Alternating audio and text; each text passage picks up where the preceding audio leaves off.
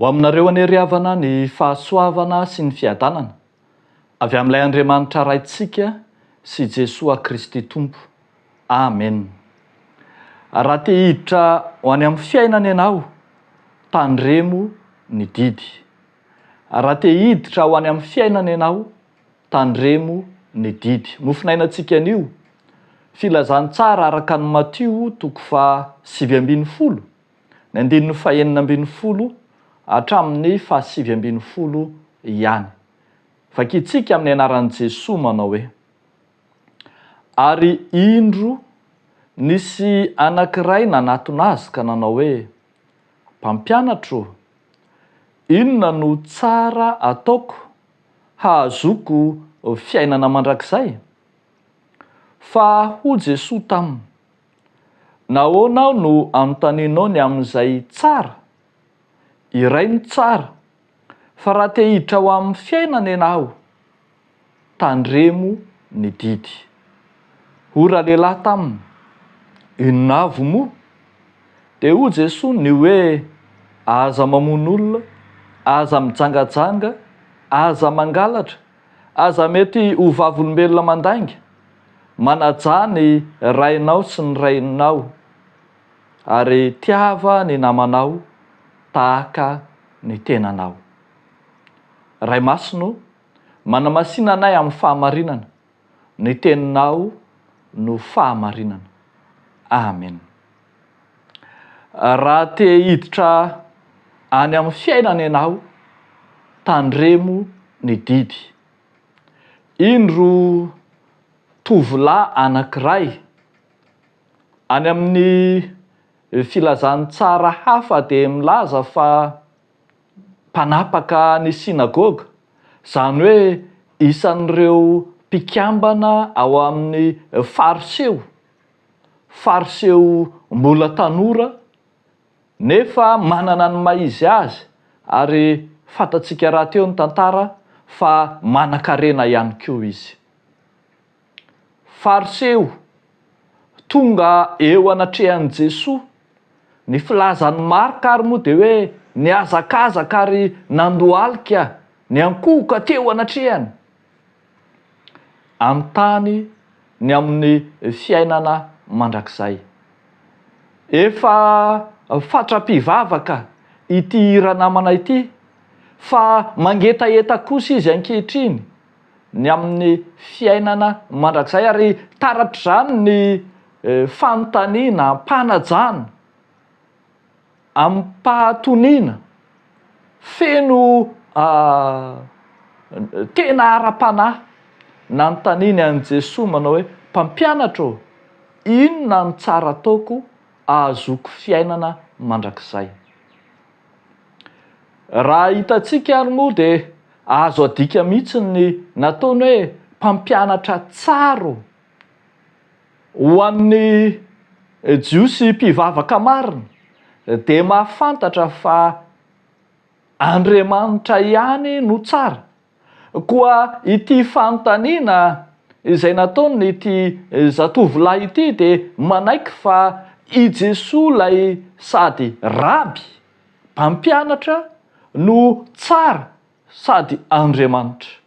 Io mpampianatra tsara, mpampianatra tena Andriamanitra io no azo anontaniana ny amin'ny fiainana mandrakizay.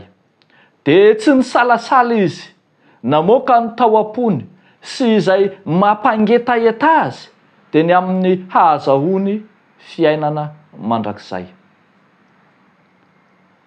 Ny valitenin'i Jesosy dia somary nahataitra an'ilay zatovolahy ihany raha ny teny hoe, ahoana no voalazany didy? Eto moa ny filazan'i Jesosy dia hoe, raha te ho any amin'ny fiainana ianao, tandremo ny didy. Rehefa no hazavaina nanontaniana hoe inona avy moa ny amin'ireo didy, dia ny nahagaga indrindra dia ny fitanisan'i Jesosy ny lalàna momba ny fifandraisana amin'ny olombelona. Izay ihany no tanisain'i Jesosy. fantatry ny jiosy rehetra fa ny didy raha ny didy folo no resahana dia mizara roa. Ny tapany voalohany mifandray amin'Andriamanitra, ny tapany faharoa iresahana ny amin'olombelona. Ireo didy tao amin'ny tapany faharoa momba ny fifandraisana amin'olombelona, ireo ihany no voatanisany amin'ny hoe aza mamono olona, aza mijangajanga, aza mangalatra, aza mety ho vavolombelona mandainga, manajany rainao sy ny renao, ary nampiana koa aza ny didy voalaza ny Levitikosy manao hoe tiava ny namanao tahaka ny tenanao. Zany hoe ambara eto fa ireo didy na lalàna momba ny fifandraisana amin'Andriamanitra dia tena mazava ho azy fa tsy maintsy takiana raha toka hikatsaka ny fiainana mandrakizay, ilay fiainana any amin'Andriamanitra. Fa adin'ny olona kosa ny didiny amin'ny lalam-piarahamonina sy ny amin'ny fifandraisana amin'olombelona raha fiainana mandrakizay no resahana, dia izay no ampahatsiahivon'i Jesoa eto. Tsy afaka mitsambikina makany an-danitra isika, fa io fifandraisana amin'ny mpiarabelona, iainana sy santarina dia ny ankehitriny io no lalana mizotra tentezana mampiampita makany an-danitra rahateo. Io fitiavana ny namana, fifandraisana amin'olombelona io no fiainana dia ny ankehitriny, ny fiainana mandrakizay.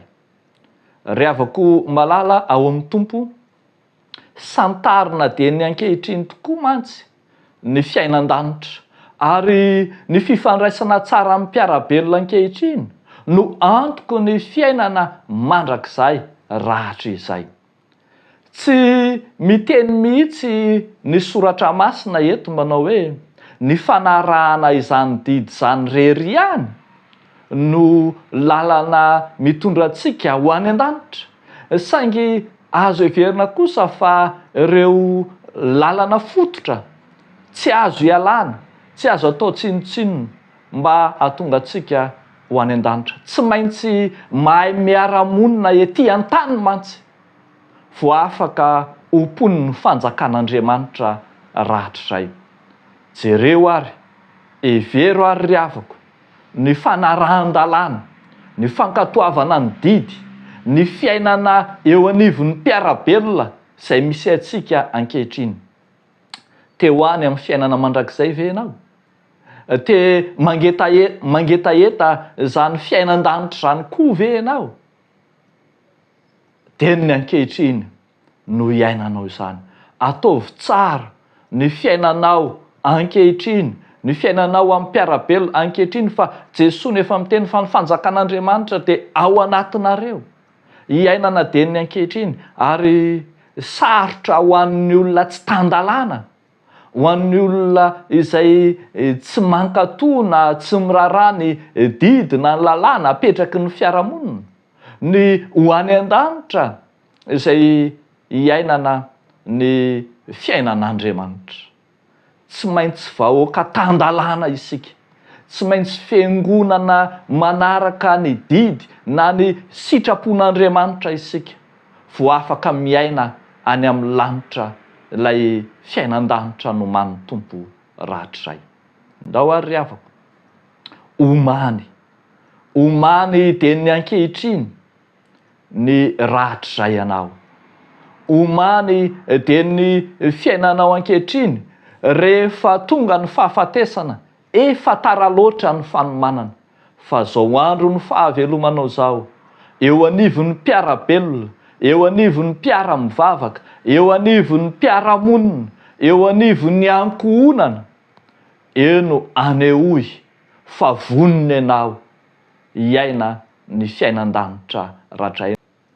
Mandehana ry havako malala, arao ny didy, ny soratra masina izay omen'Andriamanitra antsika, no didy izay iainantsika ankehitriny, ny fitiavana, ilay didy vaovao izay nomen'ny Tompo antsika no iainantsika ankehitriny.